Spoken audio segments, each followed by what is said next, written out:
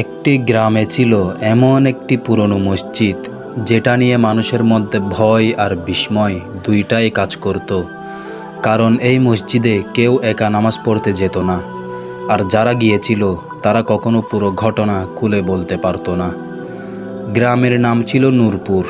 সাধারণ একটি শান্ত গ্রাম, কিন্তু গ্রামের শেষ প্রান্তে দাঁড়িয়েছিল একটি অনেক পুরনো মসজিদ। মসজিদের গায়ে ফাটল, দেয়ালে পুরনো ক্যালিগ্রাফি, আর দরজাটা সবসময় আধা খোলা থাকত। সবচেয়ে অদ্ভুত বিষয় ছিল, এই মসজিদে কখনো ইমাম স্থায়ী থাকতেন না। কেউ একা এশার নামাজ পড়তে গেলে ভয় পেয়ে বের হয়ে আসতো।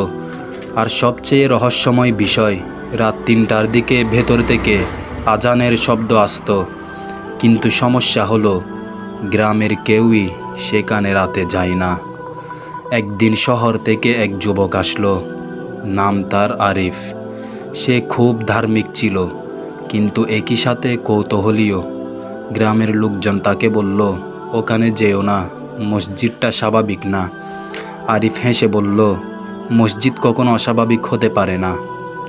সে রাতে আসার পর আরিফ একা চলে গেল সেই মসজিদে। ভিতরে ঢুকে সে দেখল, মসজিদের বাতাস ঠান্ডা, কিন্তু অদ্ভুতভাবে শান্ত। সে নামাজ শুরু করলো।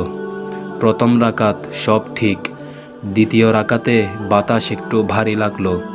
তৃতীয় রাকাত হঠাৎ মসজিদের পিছন দিক থেকে একটা শব্দ, কেউ কি আছে এখানে? আরিফ থমকে গেল, কিন্তু সে সালাত শেষ করলো।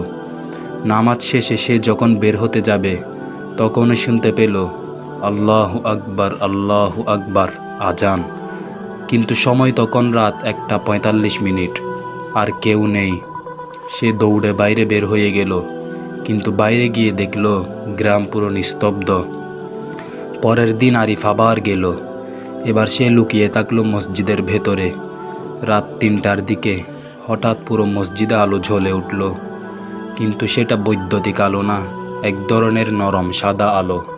আর সে দেখল মসজিদের ভেতরে অনেক মানুষ নামাজ পড়ছে, কিন্তু সমস্যা হলো তাদের ছায়া নেই। তারা কথা বলে না, আর তারা কেউ তাকায় না। আরিফ ভয়ে জমে গেল।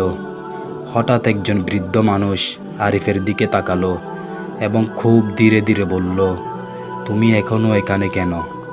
আরিফ কাপা গলায় বলল, আপনারা কারা? বৃদ্ধ বললেন, আমরা সেই মানুষ যারা এই মসজিদে আল্লাহর জন্য নামাজ পড়তে ভালোবাসতাম, কিন্তু দুনিয়া আমাদের ভুলে গেছে। বৃদ্ধ আরও বললেন, এই মসজিদে একসময় আল্লাহর নেক বান্দারা ইবাদত করত, কিন্তু মানুষ যখন এই জায়গা ছেড়ে দিল, তখনও আল্লাহ এই জায়গার বরকত উঠিয়ে নেননি। আর সেই রাতের আজান, সেটা কোনো মানুষ দেয় না, সেটা ফেরেশতাদের স্মরণ করিয়ে দেওয়ার ইশারা। হঠাৎ সব আলো নিভে গেল।